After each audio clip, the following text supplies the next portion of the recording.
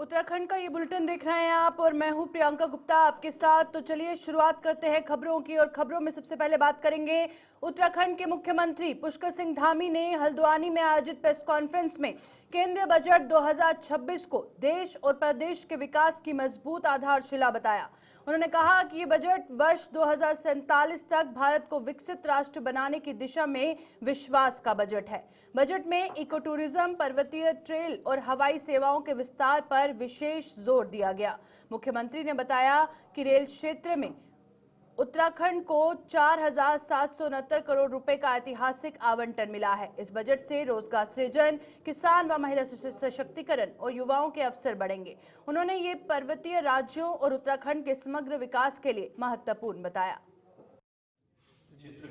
उत्तराखंड राज्य को इस बजट से जो प्रावधान नए बजट में किया गया है, चाहे वो पर्यटन का क्षेत्र हो, महिला सशक्तिकरण का क्षेत्र हो, जल जीवन मिशन पेयजल योजनाएं हों या ग्रामीण विकास हो, पर्वतीय टेल्स बनाने की जो इसमें घोषणा की गई है, उन सभी से देवभूमि उत्तराखंड को विकास की संभावनाओं के अनेक पंख लगने वाले हैं। उत्तराखंड इस बजट से लाभान्वित होने वाला है। हम हर क्षेत्र में इस बजट पर समन्वय करके हमारी राज्य की सरकार केंद्र की सरकार की सभी योजनाओं का लाभ लेगी और हमारे राज्य का विशेष ख्याल पहले से ही भारत सरकार में आदरणीय प्रधानमंत्री जी के नेतृत्व वाली सरकार रखती आई है। उसी का परिणाम है कि केंद्र की 3.5 लाख करोड़ से अधिक की योजनाएं हमारे राज्य के अंदर सड़कों के क्षेत्र में, परिवहन के क्षेत्र में, परियोजनाओं के क्षेत्र में, रेल, रोपवे, हवाई सेवाएं, स्वास्थ्य सभी क्षेत्रों में गतिमान है। मैं आदरणीय प्रधानमंत्री जी का इस दूरदर्शी बजट को प्रस्तुत करने के लिए निर्मला सीतारमण जी को बहुत बधाई देता हूँ। मुख्यमंत्री पुष्कर सिंह धामी ने भारत और अमेरिका के बीच हुई ट्रेड डील को ऐतिहासिक कदम बताया। उन्होंने कहा कि यह समझौता दोनों देशों के आर्थिक और व्यापारिक रिश्तों को और मजबूत करेगा। डील से निवेश, तकनीक और व्यापार के नए अवसर खुलेंगे, जिससे भारत की विकास गति को नई रफ्तार मिलेगी और रोजगार के अवसर बढ़ेंगे। मुख्यमंत्री ने भरोसा जताया कि वैश्विक स्तर पर भारत की आर्थिक भूमिका और सशक्त होगी। ये कदम देश के व्यापारिक क्षेत्र और अंतर्राष्ट्रीय सहयोग को मजबूती प्रदान करने की दिशा में महत्वपूर्ण है। भारत और अमेरिका दोनों ही इस समय दुनिया की आर्थिक रूप से बड़ी महाशक्ति है। भारत भी दुनिया की चौथी बड़ी अर्थव्यवस्था है और अमेरिका भी है। तो दोनों के इस प्रकार के समझौतों से जो प्रधानमंत्री जी श्री नरेंद्र मोदी जी और डोनाल्ड ट्रंप जी के बीच में, दोनों के बीच में हुआ है, उसके कारण से बहुत सारे अवसर हमारे पैदा होंगे और दुनिया की दोनों बड़ी डेमोक्रेसी भी हैं। आदान प्रदान होगा और 18% टैरिफ पर जो लाया गया है, इससे निश्चित रूप से हमारे बहुत सारे जो उत्पाद आज इंडिया के देश के अंदर बनते हैं, उन सभी को एक बड़ा बाजार मिलेगा और आपसी समझौता होने से भारत की भी तेज गति से और तेजी से जो है रफ्तार बढ़ेगी, विकास की गति बढ़ेगी।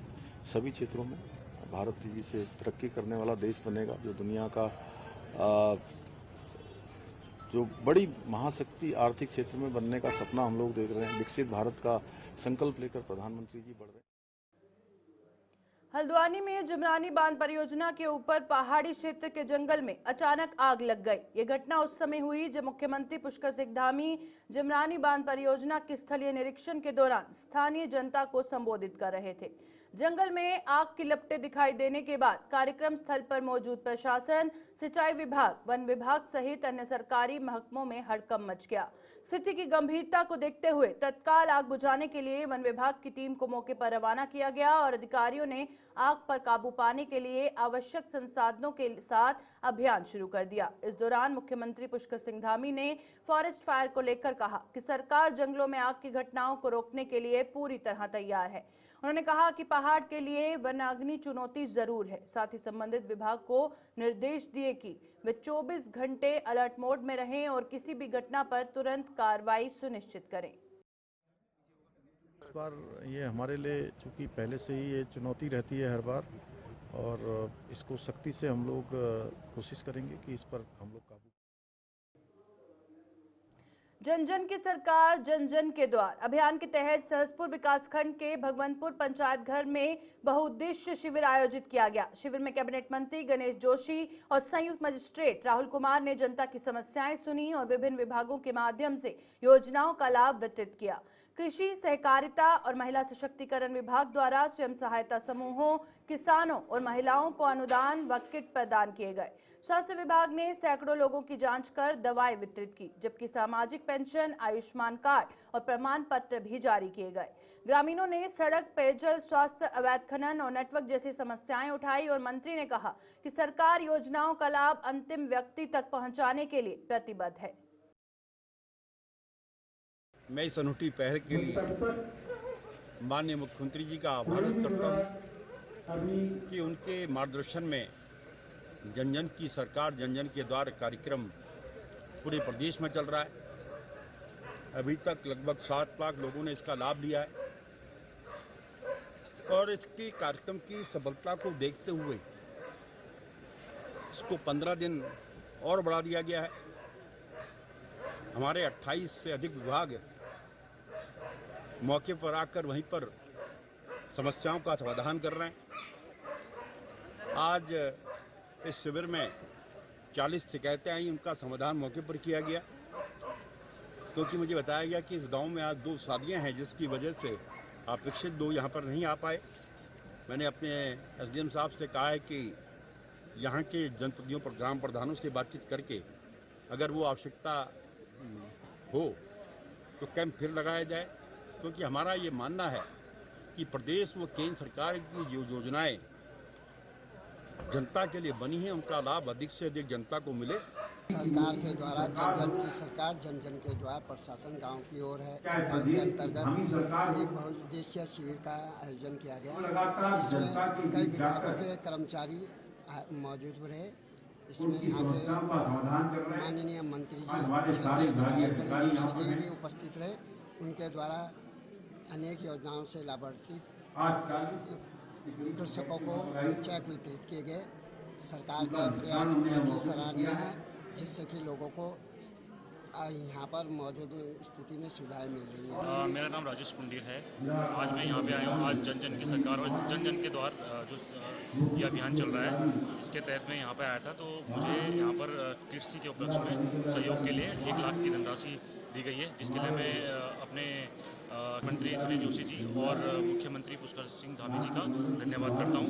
यहाँ प्रोग्राम हुआ है जनता के लिए और इसमें माननीय मंत्री जी की बहुत अच्छी भूमिका रही है और सरकार जो भी कार्य कर रही है महिलाओं से संबंधित और बच्चों से संबंधित वो कार्य बहुत अच्छा है, सराहनीय है। आगे भी ये फलीभूत। लालकुआ पहुंचे कांग्रेस के वरिष्ठ नेता और नेता प्रतिपक्ष यशपाल आर्य ने प्रदेश की बिगड़ती कानून व्यवस्था को लेकर भाजपा सरकार पर तीखा हमला बोला। उन्होंने कहा कि प्रदेश में हत्या, लूट, डकैती, छेड़छाड़ और अन्य गंभीर अपराधों में लगातार बढ़ोतरी हो रही है, जिससे आम जनता में भय का माहौल है। हरिद्वार ज्वेलरी डकैती और किसान सुखवंत सिंह मामले में कार्रवाई न होने पर उन्होंने पुलिस प्रशासन की कार्यप्रणाली पर सवाल उठाए। आर्य ने आरोप लगाया कि अवैध नशा और खनन माफियाओं के खिलाफ प्रभावी कार्रवाई नहीं हो रही। उन्होंने सरकार से सख्त पुलिसिंग और अवैध गतिविधियों पर रोक लगाने की मांग की, अन्यथा आंदोलन की चेतावनी दी। देखिए, उत्तराखंड में कानून व्यवस्था पूरी तरह ध्वस्त हो चुकी है। जंगल राज कायम है। अपराधियों के हौसले बुलंद है। राजधानी में हत्याएं हो जाती हैं राजधानी में, और उसी तरह अन्य जनपदों में भी लगातार हत्या, बलात्कार, चोरी, डकैतियां रोजमर्रा की घटनाएं हैं। और निश्चित रूप से प्रशासन इस दिशा में कोई पहल भी नहीं कर रहा है।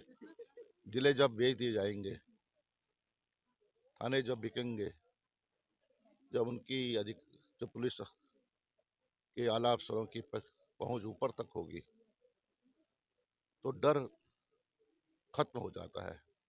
अपराधी और अफसरों का एक गठजोड़ जब बन जाता है, आज अधिकारी, पुलिस के बड़े अफसर जो काम भूमाफिया करते थे वो काम पुलिस प्रशासन कर रहा है। चाहे भूमाफिया हो, चाहे शराब माफिया हो, चाहे खनन माफिया हो, ये आज इन लोगों का दौर है। और हमने लगातार, चाहे सदन में हो चाहे सड़क पर, धरना प्रदर्शन के जरिए सरकार को आगाह भी किया है, चेताया भी है, लेकिन सरकार के कान में जू नहीं। मुख्य सचिव आनंद बर्धन ने देहरादून के हरावला में नवनिर्मित शकुंतला रानी सरदारी लाला ओबराय राजकीय मैटरनिटी एवं कैंसर चिकित्सालय का निरीक्षण किया।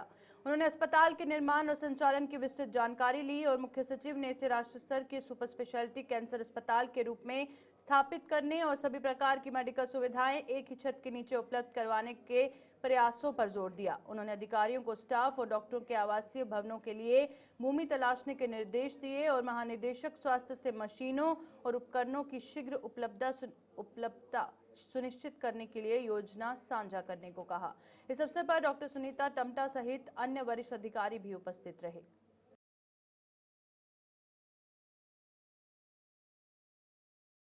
उत्तराखंड सरकार ने जुलाई 2026 से मदरसा बोर्ड को समाप्त करने का फैसला किया है। इसके साथ ही प्रदेश में उत्तराखंड राज्य अल्पसंख्यक शिक्षा प्राधिकरण का गठन कर दिया है और जिसे अल्पसंख्यक शिक्षा से जुड़े मामलों की देखरेख की जिम्मेदारी दी जाएगी।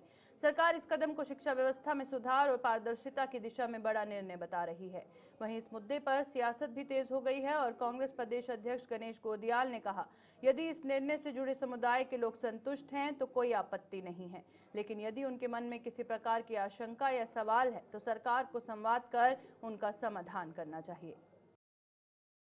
मैं ये कहना चाहता हूँ कि जिन लोगों के लिए भी कोई भी योजना बन रही हो, आपने मदरसे की बात कही, उसके लिए सरकार कोई मैकेनिज्म तैयार कर रही है, पर जिनको लक्षित करके कोई ये मैकेनिज्म तैयार हो रहा है, क्या वो लोग इसमें खुश हैं? अगर वो लोग खुश हैं तो मियाँ बीवी राजी तो क्या करेगा काजी, हमें खुशी है। लेकिन जिनके लिए ये कार्य योजना बनाई जा रही है, जिनके लिए मैकेनिज्म तैयार किया जा रहा है, अगर उनको कोई क्वेश्चंस हैं उनके, तो सरकार को उनके क्वेश्चंस का, उनके प्रश्नों का और उनके आशंकाओं।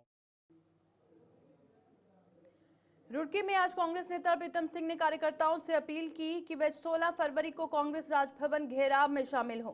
बैठक के बाद उन्होंने पत्रकारों से प्रेस कॉन्फ्रेंस की, जिसमें उन्होंने प्रदेश सरकार पर महंगाई और अंकिता भंडारी मामले सहित अन्य मुद्दों पर सवाल उठाए। इस दौरान कांग्रेस से निष्कासित यशपाल राणा भी प्रेस स्थल के आसपास नजर आए। पत्रकारों के सवाल पर प्रीतम सिंह ने स्पष्ट किया कि 2027 में टिकट किसे मिलेगा, ये निर्णय पार्टी हाईकमान का अधिकार है और उनके व्यक्तिगत निर्णय में नहीं आता।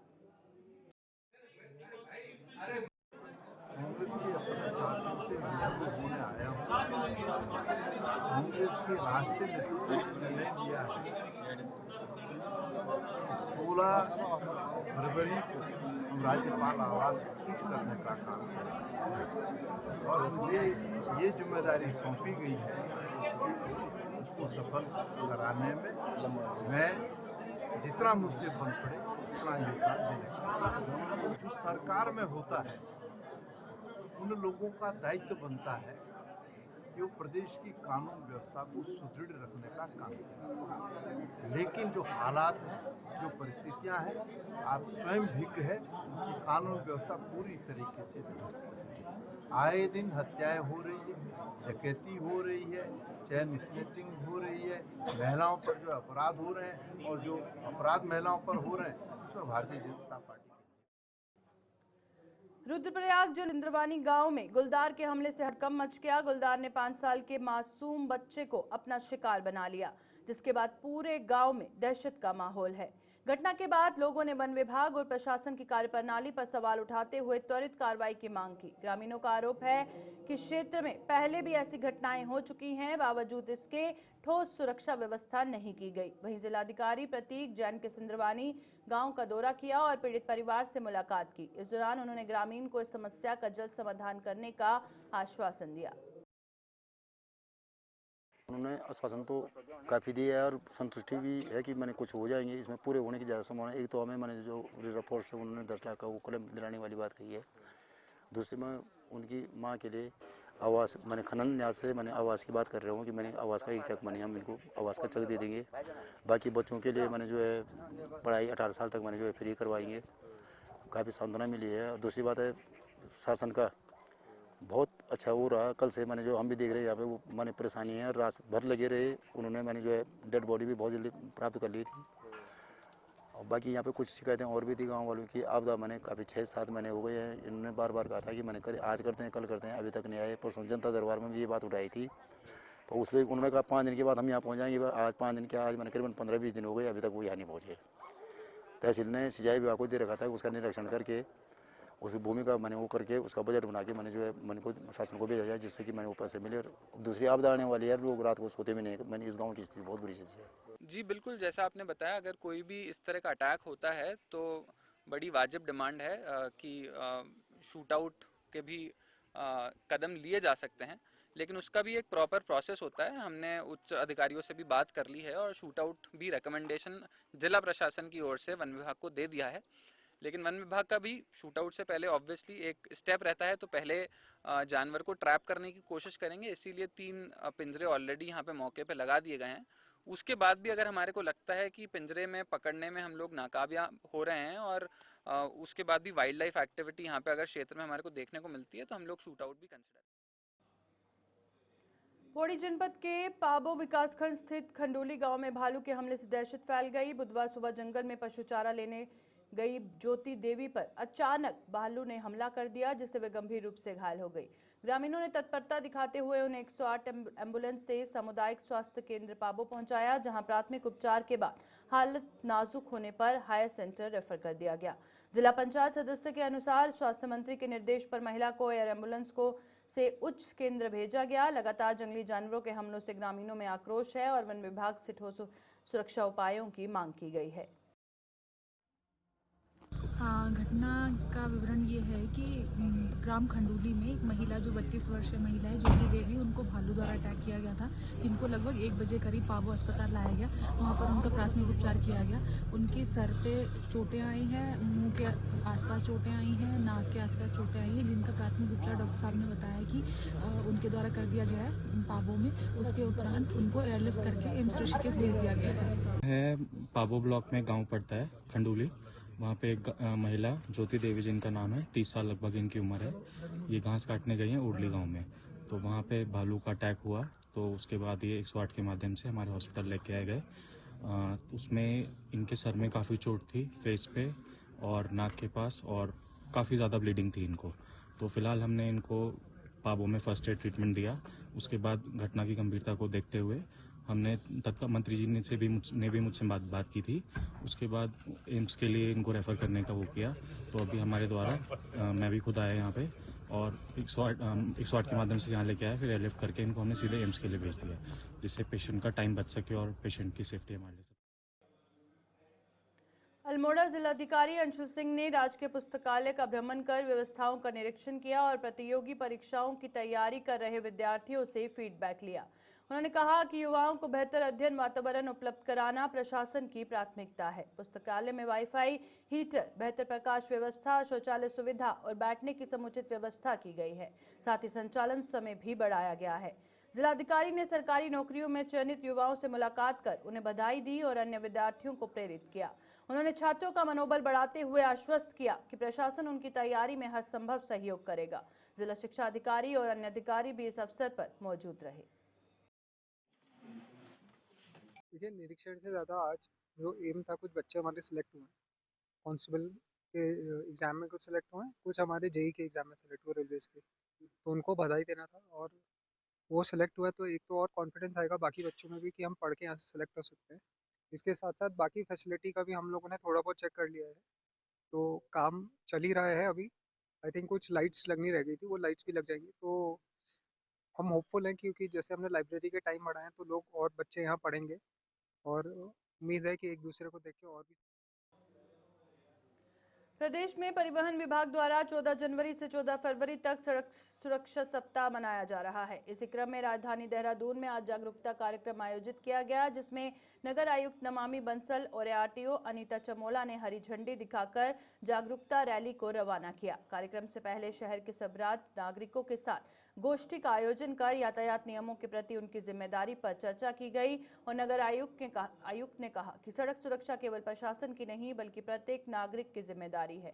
वहीं आरटीओ प्रवर्तन ने बताया कि विभाग निरंतर जन जागरूकता अभियान चला रहा है ताकि लोग नियमों का पालन करें और खुद के साथ दूसरों की सुरक्षा भी सुनिश्चित करें।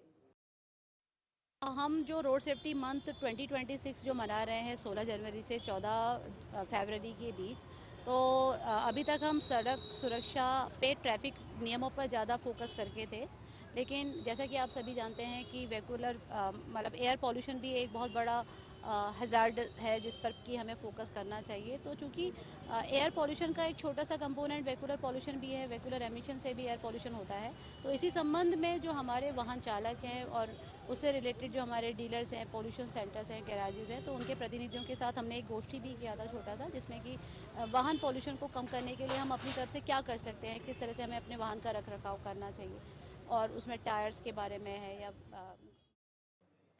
देहरादून में विराट हिंदू सम्मेलन का भव्य आयोजन उत्साह और श्रद्धा के साथ संपन्न हुआ। कार्यक्रम में मुख्य अतिथि के रूप में आचार्य डॉक्टर अन्नपूर्णा और महंत विकास नाथ उपस्थित रहे। दीप प्रज्वलन और हनुमान चालीसा के सामूहिक पाठ से कार्यक्रम की शुरुआत हुई। बच्चों और कलाकारों की सांस्कृतिक प्रस्तुतियों ने समा बांध लिया और वक्ताओं ने धर्म, संस्कृति और सामाजिक समरसता पर सार गर्भित विचार रखे तथा सनातन मूल्यों को जीवन में अपनाने का आह्वान किया। सम्मेलन का मुख्य संदेश हिंदू समाज में एकता, समानता और आपसी भाईचारे को मजबूत करना रहा।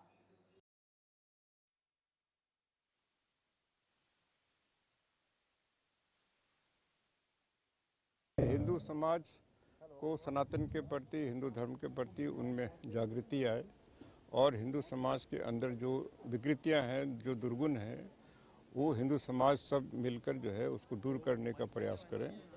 यह हिंदू सम्मेलन बहुत छोटे छोटे इकाइयों में इसलिए हो रहा है कि हम अपने जिस क्षेत्र के हैं उस क्षेत्र में कोई दुर्गुण है, कोई व्यसन है, कोई किसी प्रकार का जो है देश के खिलाफ असामाजिक गतिविधियां चलती है, उस पर नज़र रखें और हिंदू समाज जागृत चेतन अवस्था में रहें। क्या संदेश देंगे? मैं हिंदू समाज से आह्वान करता हूं, अपील करता हूं कि जो है इस समय जो है हिंदू समाज के समक्ष जो एक सनातन के ऊपर आक्रमण हो रहा है, उसके प्रतिकार में जो है सनातन के प्रति अपनी जो है विश्वास रखें, अपने जो हमारे महापुरुष पूर्वजों जो हमारे विरासत है, विरासत का सम्मान करें और जो हिंदू समाज के ऊपर जो असामाजिक गतिविधियां जो चल रही है इसके विरोध में उस पर समाज में नज़र रखें। हिंदू सम्मेलन जन जागरण के लिए है और हिंदू को सशक्त बने, हिंदू एकजुट हो, जो जात पात में हम लोग बढ़ रहे हैं, समानता आए और सामाजिक समरसता से हम सब एक हो, ये हमारा संदेश है। आज इसीलिए आह्वान करा गया है समस्त हिंदू समाज का, जो हिंदू एक होगा तो नेक होगा और जातियों में बटेगा तो हिंदू। विकसित भारत जी राम जी रोजगार गारंटी योजना के तहत प्रत्येक ब्लॉक में 6 सप्ताह का विशेष जागरूकता कार्यक्रम आयोजित किया जाएगा। इसी क्रम में डोईवाला ब्लॉक में खंड विकास अधिकारी परशुराम शकलानी की अध्यक्षता में बैठक हुई। डीपीओ नरेंद्र प्रताप नेगी ने ग्राम प्रधानों और अधिकारियों को नई गाइडलाइंस की जानकारी दी और उन्होंने बताया कि पहले सप्ताह में आईईसी गतिविधियों के माध्यम से गांव-गांव जाकर योजना का प्रचार प्रसार और जनसंवाद किया जाएगा। खंड विकास अधिकारी ने बताया कि पहले मनरेगा के तहत 100 दिनों की रोजगार गारंटी थी, जिसे अब बढ़ाकर 125 दिन कर दिया गया है। सरकार की नई गाइडलाइंस के अनुसार योजना को प्रभावी ढंग से लागू किया जाएगा। कौन से 2 महीने? ये जो है विकसित भारत जी राम जी जो योजना है, ये सभी लोग जानते हैं कि मनरेगा योजना के तहत जो अभी तक काम हो रहे थे, उसके अलावा उसका टाइम पीरियड लगभग पूरा था, क्योंकि हर 10 साल बाद जो है ये जो हमारी गरीबी रेखा है उनके जो वर्कर हैं उनके लिए काम के जो है वो होता था। तो अभी सरकार ने जो है कुछ चेंजेज उसमें करने वाले हैं, तो जिसका नाम होगा विकसित भारत जी राम जी। उसके तहत आप लोगों ने अभी देख लिया है कि तमाम जो है सरकार ने जो है गाइडलाइन भेजी है। अभी गाइडलाइन वैसे प्रॉपर नहीं है, लेकिन काम की जो है एक रूपरेखा उन्होंने बता दी है कि किस तरह से हमने जो है उत्तराखंड के इस बुलेटिन में फिलहाल इतना ही। दीजिए इजाजत। नमस्कार।